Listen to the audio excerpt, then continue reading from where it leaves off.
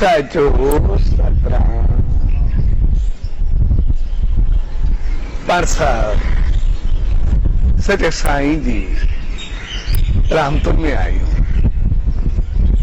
जड़े भी उन सच साईं जी रामपुर में ईंदा है तो जो मकसद हूंदो आहे असां पंहिंजे जीवन के ऊंचाई जो बेहतरी जो ऐं पंहिंजे पान के कुछ मथाई तरफ ठाणो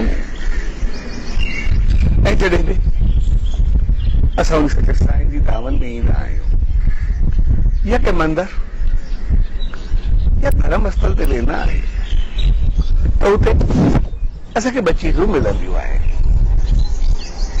हिकु पौतर पुस्तक ऐं ॿियो पौतर मूरत।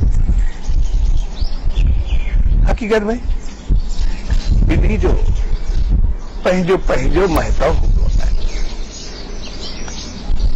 ऐं ॿिन्ही जी असां इज़त कंदा आहियूं, ॿिन्ही में विश्वास रखंदा आहियूं ऐं ॿिन्ही खे शीश झुकाईंदा आहियूं। जंहिंजो मक़सद हूंदो आहे उन्हनि खे पंहिंजे जीवन में आणणु, पंहिंजे अंदर में विहारणु। पौतर पुस्तक जो मक़सद हूंदो आहे त असां उन मां शिक्षा ग्रहण कयूं, उन मां समझ ज्ञान ऐं चङाई खे पायूं।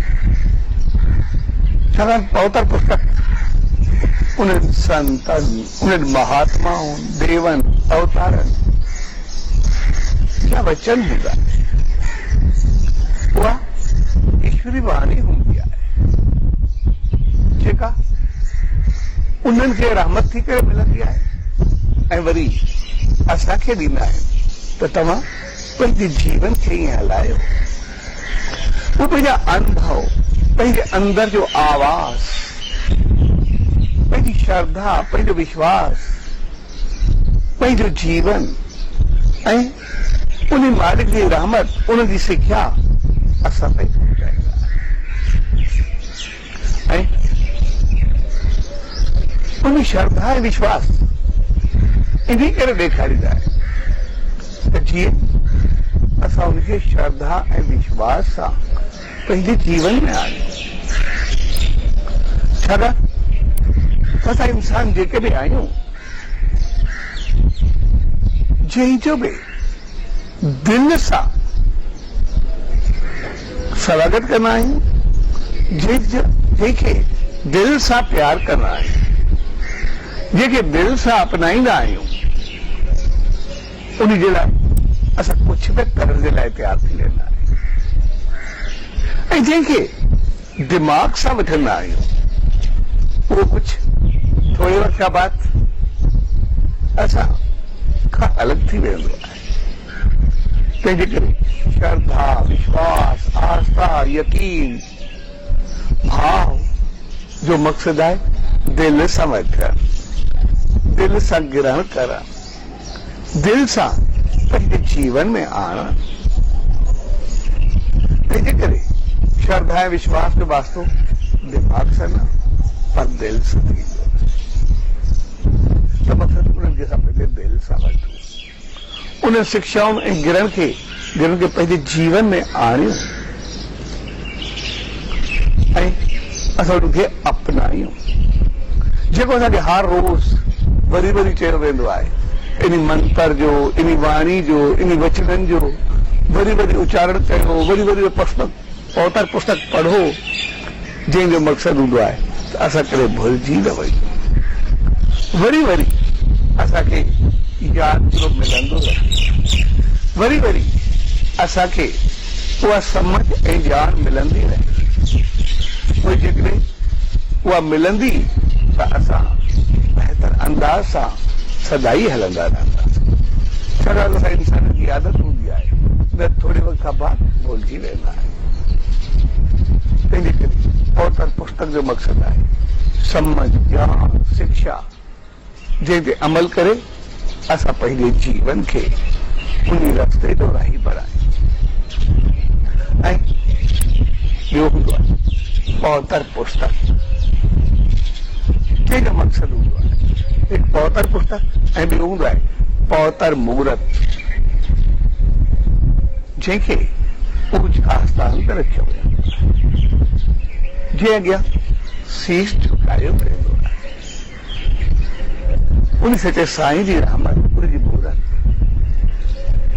ऐं मुहूर्त जो मक़सदु हूंदो आहे जन उन शिक्षाउनि ते अमल करे पंहिंजो पाण खे ऊच बढ़ाए, पंहिंजो पाण खे उन मंज़िल ते पहुची ॾेखारे, पंहिंजो पाण खे ऊचो खणी उन ईश्वरता ताईं पहुचाए, पंहिंजे जीवन में पंहिंजो पाण में सॼी प्रकृति खे समाए छॾे। तंहिंजे करे पौतर मुहूर्त जो मक़सदु आहे जंहिं सभु कुझु पालो, जंहिं उन ते अमल करे पंहिंजी ज़िंदगी खे ऊचाई ताईं पहुचाए। छाकाणि त आम इंसान असां जेके बि आहियूं उहे सिर्फ़ु पढ़ण पढ़ाइण ते रहिजी वेठा आहियूं, पर पौतर मुहूर्त असांखे ॿुधाईंदी आहे त इहा असांखे कहिड़ी मंज़िल ते पहुचाईंदी आहे। ऐं पोइ उन पौतर मुहूर्त जा शीश झुकाइण जो मक़सदु आहे जंहिं पंहिंजे अमल सां पंहिंजे जीवन सां उन ताईं पहुचायो, उन खे पंहिंजे जीवन में आणो, उन खे पंहिंजी ज़िंदगी में आणो। ऐं पोइ उहा मुहूर्त असांखे वरी वरी यादि ॾियारींदी आहे तव्हां पंहिंजो पाण खे पहिरियों पढ़ाए। इन करे जॾहिं बि असां पौतर मुहूर्त जे साम्हूं वेंदा आहियूं, सचे साईं जे साम्हूं वेंदा आहियूं, असांजो तफ़सीस झुकी पवंदो आहे, जंहिंजो मक़सदु आहे त मुंहिंजा मालिक जेके गुण, जेके चङायूं, जेके तपस्याऊं, जेके ऊचायूं, जेके रहमतूं सभु तो में आहिनि, हाणे रहमत कर उहे सभु मूं में अचनि, यानी उन ते अमल करे मां पंहिंजो पाण खे उन ऊचाइनि ताईं पहुचाए। तंहिंजे करे पौतर मुहूर्त असांखे हमेशह संदेश ॾींदी रहंदी आहे त कुझु बणिजो, कुझु थियो, कुझु पंहिंजो पाण खे मंज़िल ते पहुचायो, सिर्फ़ु ॻाल्हियुनि ताईं रहिजी न वञो। ऐं हक़ीक़त में उहा मुहूर्त न हूंदी आहे, उन मुहूर्त खे अहिड़ी त शक्ति हूंदी आहे जो उन में सदाई मूर्तिमान यानी मुहूर्त जो मालिक सदाई उन में पाण विराजमान रहंदो आहे। उनजा अमल, उनजी आसीस, उनजी किरिया, उनजी तपस्या, उनजी श्रद्धा, उनजो विश्वास सभु उन मुहूर्त में रहंदा आहिनि। तंहिंजे करे जॾहिं बि असां उन मुहूर्त जे अॻियां ईंदा आहियूं त पोइ असांजो जेको कुझु चाहतूं हूंदियूं आहिनि सभु असांजूं पूरियूं थींदियूं आहिनि। त जीअं ॼण मालिक असांजी साम्हूं वेठो करे, ऐं पोइ जेतिरी असांजी श्रद्धा हूंदी, जेतिरो भाव हूंदो, ओतिरो कुझु असांखे मिलंदो वेंदो। ऐं इहे संत, इहे महात्मा, इहे त असां संसार खे ॾिसंदासीं, जंहिंजो जंहिंसां वास्तो हूंदो उहो तहिड़ो ई थींदो आहे। जे संसार में ॾिसंदासीं असांजो कंहिंसां बि वास्तो, प्रकृति में कंहिंसां बि वास्तो, दोस्त हुजे, साथी हुजे, कारोबार हुजे, रिश्तो हुजे, नातो हुजे, कंहिंसां दोस्ती हुजे, साथ हुजे, जीअं उहो कुझु वक़्त खां बाद ख़तम थी वेंदो आहे, तीअं असां बि ख़तम थी वेंदो। संसार में हर चीज ख़तम थियण वारी हूंदी आहे, साम्हूं वारो बि ख़तम थींदो आहे, ऐं साम्हूं वारो ॿई गुज़री वेंदा आहिनि कुझु वक़्त खां बाद। पर इहे संत, इहे महात्मा, इहे देव, इहे अवतार, इन जो वास्तो उन ईश्वर सां हूंदो आहे, प्रभु सां हूंदो आहे। तंहिंजे करे उहा अहिड़ी शक्ति, अहिड़ी रहमत आहे जेका कॾहिं ख़तम थींदी न आहे, सदाई ज़िंदा रहंदी आहे। पोइ जेको पंहिंजो पाण खे उन मालिक सां मिलाईंदो आहे त पोइ उहो उन वांगुरु सदाई अमर बणिजी वेंदो आहे, सदाई ज़िंदा रहंदो। इन करे संतनि महात्माउनि देवनि अवतार करे कंदासीं। उनखे केतिरा साल थिया, कंहिंखे 100 साल, कंहिंखे 1000 साल, कंहिंखे 10,000 साल, कंहिंखे लखे साल, कॾहिं पतो ई कोन्हे कॾहिं पैदा थिया, पर अॼु ताईं उहे ज़िंदा आहिनि। समझ जी ॻाल्हि इहा आहे त उहे मरण खां बाद में बि ज़िंदा आहिनि ऐं असां ज़िंदा हूंदे बि कोई पतो कोन्हे ज़िंदा आहियूं या न, कंहिंखे ॼाण आहे या न। पर कमाल जी ॻाल्हि आहे, छाकाणि उनजो वास्तो उन मालिक सां रहंदो आहे जेको कॾहिं ख़तमु थींदो ई न आहे। तंहिंजे करे जेको उन ताईं पहुचंदा आहिनि उहे कॾहिं ख़तमु थींदा ई न आहिनि ऐं उनजो संदेश बि लाफानी हूंदो आहे। उनजी सिख्या ऐं समझ में हिकिड़ी वॾी ॻाल्हि हूंदी। उहे हमेशह पंहिंजो संदेश, पंहिंजो जीवन, पंहिंजो अमल असांखे ॾींदा रहंदा आहिनि कंहिं न कंहिं रूप में। असांखे लॻंदो आहे शायदि उहे कोन्हे, पर हक़ीक़त में उहे त 24 कलाक आहिनि। असां उन्हनि में कोन, असां पंहिंजो पाण खे भुलिजी रहंदा। असां उन्हनि सां हुजूं, हू त सदाई नहीं, अॼु बि असां सां गॾु और कुछ वक्त हिकिड़ी माता ॿुधी आहे ऐं हुन चयो मूंसां हिकिड़ी अजीब घटना घटी आहे। ॾाढी शेवा भाव वारी, श्रद्धा वारी, विश्वास वारी ऐं सुठनि कर्मनि वारी हुई, तमामु बहितर हूंदी हुई। हमेशा शेवा में, भाव में, सभिनी में लगी रहंदी, कंहिंजो कमु करनि, कंहिंजो कुझु करनि, प्रेम, ध्यान, तपस्या सभिनी में हो। मां खिलियो, मां वेठो त छा थियो? चए छा आहे त मूं त सचे साईं जी दामन में हूंदी आहियां, तॾहिं वेंदी आहियां त जेको बि शेवा भाव कमु हूंदो आहे उहो कंदे रहंदी आहे। सो हिकिड़े ॾींहुं मां कंहिं कम सां पाड़े में वयमि भाई, किथे वञिणो हुयो, ॿुध त हिकिड़े पाड़े में सत्संग हलियो पए त मूंखे हुन ॾिसी चयो अॻी अच, ऐं मां बि अंदरि विया ऐं हुन जूं ॻाल्हियूं कुझु उन्हनि ॿुधायूं, कुझु मां ॿुधायो, कुझु उन्हनि चयो, कुझु मां चयो। असांखे तमामु घणो सुठो लॻो, तमामु घणो प्यारो लॻो। उन्हनि खे बि लॻो, मूंखे बि लॻो, उन्हनि बि ॾाढो प्यारु ॾिनो। ऐं कुझु वक़्त बाद जंहिंमहिल उथियासीं उन्हनि चयो अदी सुभाणे वरी बि अचिजांइ। ॾाढो मज़ो आयो, ॾाढो चङो लॻो। मां चयो ठीकु आहे, मां ईंदुमि। वरी सुभाणे के वियमि, कुझु उन्हनि, कुझु मां, हिकु ॾाढो प्रेम वधियो ऐं मूंखे ॾाढो सुठो लॻो।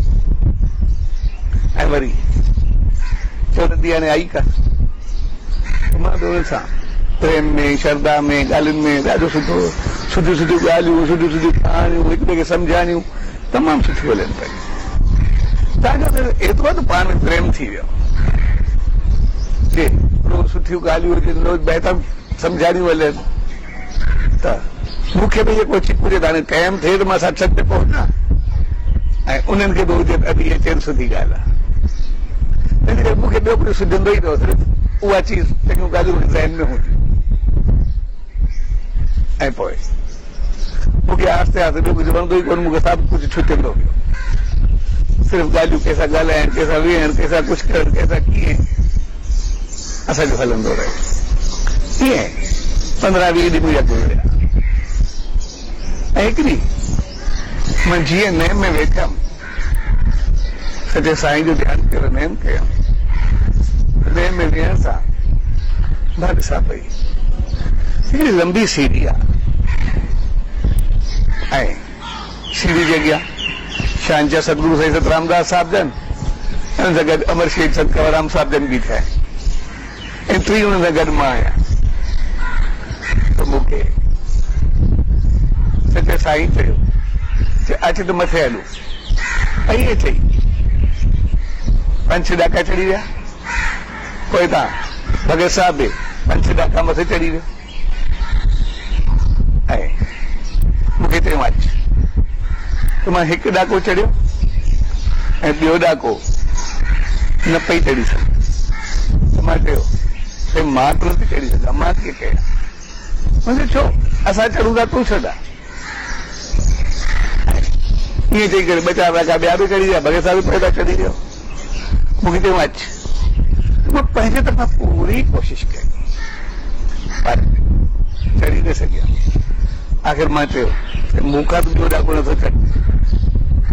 तॾहिं साईं जन मुस्कुराया, लही आया ऐं चयो हक़ीक़त में ही सीढ़ी जेका बि आहे इहा ज्ञान समझ या अमलन ऐं कर्मनि जी सीढ़ी आहे। इन जो पहिरियों ॾाको ज्ञान समझ ऐं ॼाण आहे। जेकॾहिं ज्ञान समझ ऐं ॼाण हूंदी त पोइ असां उहे कर्म कंदे बहितर कंदे चङाई कंदे आराम सां मथे चढ़ी वेंदासीं। असांखे संतनि महात्माउनि जा वचन हूंदा चवंदा ईअं हलो, असां आराम सां चढ़ी करे मथे पहुचंदासीं, उहे अमल कंदा हलंदासीं। पर जेकॾहिं असां सिर्फ़ु उन ज्ञान समझ ऐं ॼाण खे वठी करे वेही रहंदासीं, अमल कुझु न कंदासीं, सिर्फ़ु ॻाल्हियूं कंदासीं त पोइ पहिरें ॾाके ते बीठा हूंदासीं, मथे पहुची न सघंदासीं। तंहिंजे करे सीढ़ी उन परमात्मा उन ईश्वर सां मिलण जो रस्तो आहे जेको कर्मनि सां अमल कंदे ऊचाइनि ताईं पहुचाईंदो आहे। तंहिंजे करे पंहिंजे जीवन खे अमल सां ऊचाइनि ताईं पहुचायो। जेको सम्झो, जेको सिखियो उन ते अमल करे पंहिंजो पाण खे मथे पहुचायो, न कि सिर्फ़ु ॻाल्हियुनि ताईं रहिजी वञे। अगरि ॻाल्हियुनि ताईं रहिजी वेंदासीं त पोइ सभु कुझु न पाए सघंदासीं, हिते ई रहिजी वेंदासीं। तंहिंजे करे सचे साईं पहुतर मुहूर्त असांखे अॼु बि सेखारींदा रहंदी आहे। सचे साईं खे 100 साल खां मथे थिया आहिनि संसार छॾे, पर जॾहिं बि जेको उनखे यादि कंदो आहे उनखे साथ पाईंदो आहे, उनखे साण पाईंदो आहे, उनखे उहा रहमत मिलंदी आहे, उहा गाइडेंस मिलंदी आहे। त तव्हां हीअ कयो, हज़ारे मिसाल, हिकु न हिकु मिसाल त मां सिर्फ़ु इहो ॾिनो। पहुतर मुहूर्त जो मक़सदु आहे अमल, पहुतर मुहूर्त जो मक़सदु आहे जीवन जी ऊचाई। सचे साईं जी पहुतर मुहूर्त जो मक़सदु आहे उन ईश्वरता ताईं पहुच। सचे साईं जी पहुतर मुहूर्त जो मक़सदु आहे पंहिंजे सत्कर्मनि सां पंहिंजो पाण खे सदाई शुद्ध बहितर भाव रखणु। सचे साईं जी मुहूर्त जो मक़सदु आहे नेम ध्यान तपस्या सां पंहिंजो पाण खे उन ईश्वरता में विलीन करणु। सचे साईं जी मुहूर्त जो मक़सदु आहे पूरी प्रकृति, पूरे संसार, पूरे माहौल खे सदाई सुहानो बणाइणु। ऐं सचे साईं जी मुहूर्त जो मक़सदु आहे हर एक जे अंदर में रही करे उन ईश्वर जी आराधना सां उन ताईं पहुचा, संसार में सभु कुझु कान्हे। तंहिंजे करे उन सचे साईं जी मुहूर्त अॼु बि असांखे ॿुधाईंदी आहे कुझु बणिजो। तंहिंजे करे पहुतर पुस्तक असांखे ॿुधाईंदो आहे असांखे छा करणु खपे। जेकॾहिं असां कुझु कंदासीं त पोइ उहा मुहूर्त बर्बाद। ऐं अॼु असां सिर्फ़ु उन ताईं रहिजी वेंदा आहियूं। जीअं असां कंहिं बि पहुतर पुस्तक खे ॾिसंदा आहियूं उन में चङियूं चङियूं ॻाल्हियूं आहिनि। मालिक जो ईश्वर जो भॼन कयो, कीर्तन कयो, उन सां दुख दर्द दूर थींदा, सभ खे सुख ॾियो, सभ खे ख़ुशियूं ॾियो, ॿियनि जी शेवा कयो, जेतिरो ॿियनि खे सुख ॾींदव ओतिरो पंहिंजो पाण में सुख पाईंदव। जेतिरो ॿियनि जे लाइ बहितर सोचींदव ओतिरो तव्हांखे शांती मिलंदी। नेम कयो, ध्यानु कयो, तपस्या कयो, इहे सभु असांखे पहुतर पुस्तक ॿुधाईंदा आहिनि। कोई जेकॾहिं असां उन ते अमल कंदासीं, ओड़ा थींदासीं, सचे साईं जो नेम ध्यानु कंदासीं त पंहिंजे पाण खे ऊचाइनि ताईं पहुचाईंदासीं। त पोइ असांजा दुख दर्द सभु ख़तमु थींदा। जेकॾहिं साॻियुनि ॻाल्हियुनि खे दोहराईंदा रहंदासीं त पोइ असां रहिजी वेंदासीं। अॼु असां दोहराइण वारा बणिजी विया। हालत ठीक कीअं थी वई आहे, जीअं सभु कुझु सम्झ हूंदे, पढ़ंदे, एतिरो कुझु कंदे पोइ बि असांखे दुख दर्द कष्ट तकलीफ़ूं क्रोध कावड़ हसद सार जलन सब कुछ संसार में वधियो आहे। उनजो कारण छा आहे? कारण इहो आहे असां सभु उनखे दोहराईंदा त आहियूं, रोज़ पढ़ंदा त आहियूं, पर अमल न। असांजी हालत ठीक कीअं थी वई आहे? जीअं हिकिड़ो संत तपस्या कंदो वेठो, तपस्या कंदे उन अखि खोली, उनखे साम्हूं ॾिसण में आयो हिकिड़ो शिकारी आहे मारी कुझु तोता पंहिंजी जार में फसाए करे खणी वञी रहियो। ऐं संत खे ॾिसी करे ॾाढो दुख थियो। ऐं संत शिकारी खे चयो, मां हिन तोतनि खे फासंदो ॾिसी नथो सघां, ईअं फाथल हुजनि, तंहिंजे करे हिननि खे आज़ाद कर। शिकारी चयो, तूं संत आहे, पंहिंजो कमु कर, मूंखे पंहिंजो करण दे। मां छॾींदुमि, सुभाणे ॿियो शिकारी ईंदो वरी फासाए वेंदो, तंहिंजे करे मुंहिंजो धंधो इहो आहे, मुंहिंजो पेट गुज़री वियो आहे, मुंहिंजो बचनि जो गुज़रान इहो आहे, तंहिंजे करे मां पंहिंजो कमु कयां ऐं तुंहिंजो कमु तपस्या आहे, करुणा आहे, तूं पंहिंजी पूरी करे।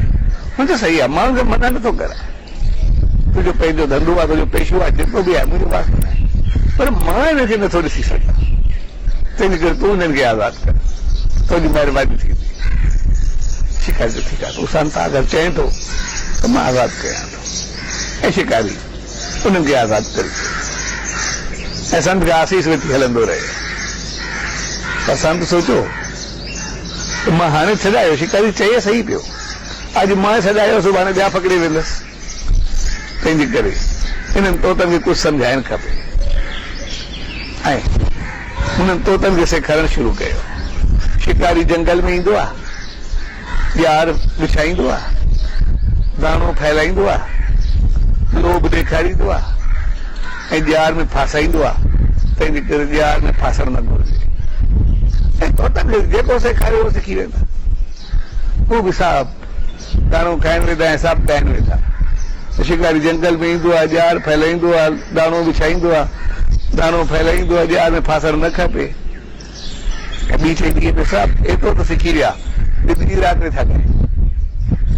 ऐं संत खे बि ॾाढी ख़ुशी थी, हाणे सभु सिखी विया आहिनि, ॾाढा समझदार थी विया आहिनि, सभिनी खे पतो आहे इहे न फासदा।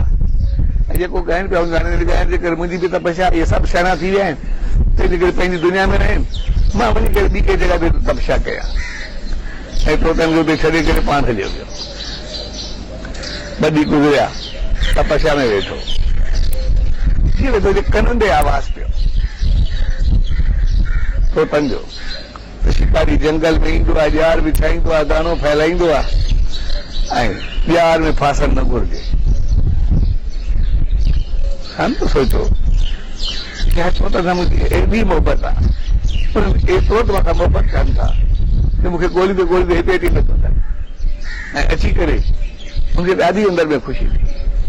ऐं तोतनि जे प्यार में जीअं अखि खोले तो ॾिठे हिकिड़ो शिकारी आहे, सभु तोता ॼार में फासा पिया अथसि, पुल ते रखिया अथसि, प्यार जे अंदरि सभु तोता ॻाईंदा वेंदा आहिनि। शिकारी जंगल में ईंदो आहे, ॼार विछाईंदो आहे, दाणो फैलाईंदो आहे, लोभ ॾेखारींदो आहे, ॼार में फासण न घुरिजे। सो हक़ीक़त में उहा साॻी हालत असां सभिनी जी थी वई। असां पढ़ियासीं त सही, इन लोभ, इन लालच, हसद, सार, जलन, क्रोध, ग़लत कार्युनि, कुविचारनि, कुसंग,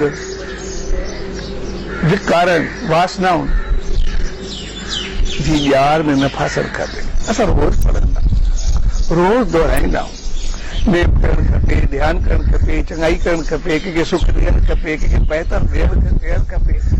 अरे केतिरियूं चङियूं ॻाल्हियूं दोहराईंदा, सभु चीज़ूं ज्ञान जी असां कोई कमी कोन्हे। अॼु जे दौर में गुरू सां सभु कुझु खुलियल किताब आहे, पर असल चीज सभु कुझु पढ़णु पढ़ाइण ताईं रहिजी वियो।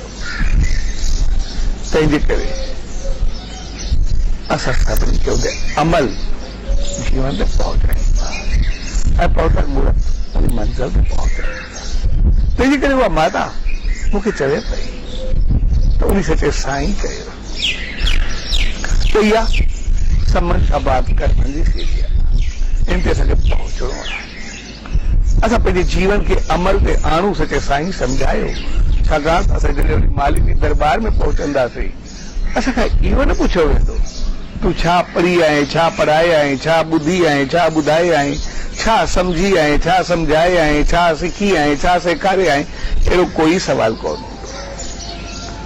जेकॾहिं उते कोई सवाल थियो त सिर्फ़ु हिकिड़ो ई सवाल थींदो तूं छा करे आहीं, छा कराए आहीं।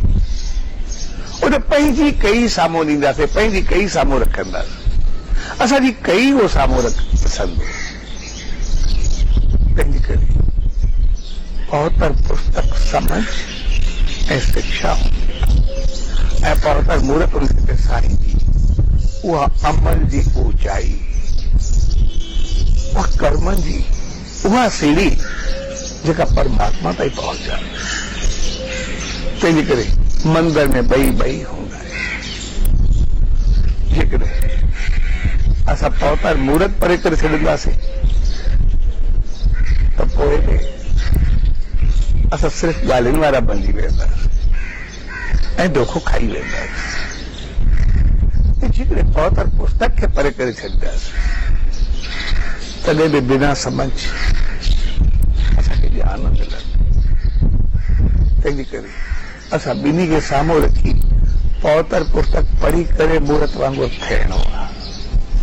इन करे जॾहिं मूर्त वांगुरु असां जे साम्हूं ईंदा आहियूं उनजे लाइ ॿ चीजूं चई वेंदियूं त चित्र सां चरित्र बणिबो आहे ऐं चरित्र सां चित्र।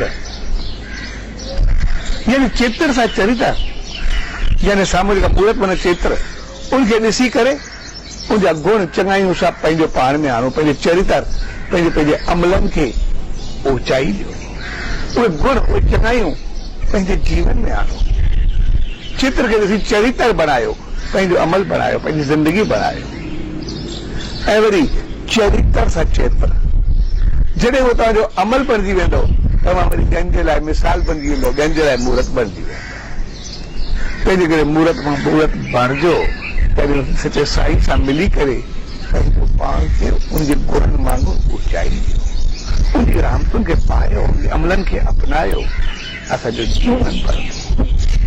तंहिंजे करे जेको पाण साहिबु उन सचे साईं जी रहमतुनि में आया आहियूं उहो मौक़ो असांखे कुझु बणजणु सेखारे, कुझु सिख्या ॾियणु सेखारे, जेको सम्झाए थो असांखे कीअं हलणो आहे, छा करणो आहे। सम्झी करे पढ़ी करे वेही न हैरानो, पर वेही करे पंहिंजो पाण खे मालिक ताईं पहुचाइणो आहे। उन सीढ़ी ते अॻिते वधणो आहे, उन गुणनि ते अमल करणो आहे, उन चङाइनि ते हली करे पंहिंजे जीवन खे अपनाइणो आहे। ऐं सचो साईं असांखे हर रोज़ ॿुधाए रहियो त उन सां वास्तो रखो त कॾहिं ख़तमु न थींदो ऐं हमेशह अमल रहंदो। सो पाण साहिबु उन सचे साईं जी रहमतुनि खे पाए करे सदाई उनजे कदमनि में रहूं, जी आशीष में रहूं ऐं उनजे वचननि खे, उनजे संदेश खे पंहिंजो जीवन बणाए असां पंहिंजे जीवन खे अॻिते वधायूं ऐं उनजी रहमतुनि खे पाए, उनजी मूर्त खे पाए करे पंहिंजो पाण खे उहे सभु गुणनि सां भरियूं जेके उन सचे साईं साचो सतनाम, साचो सतनाम, साचो सतनाम।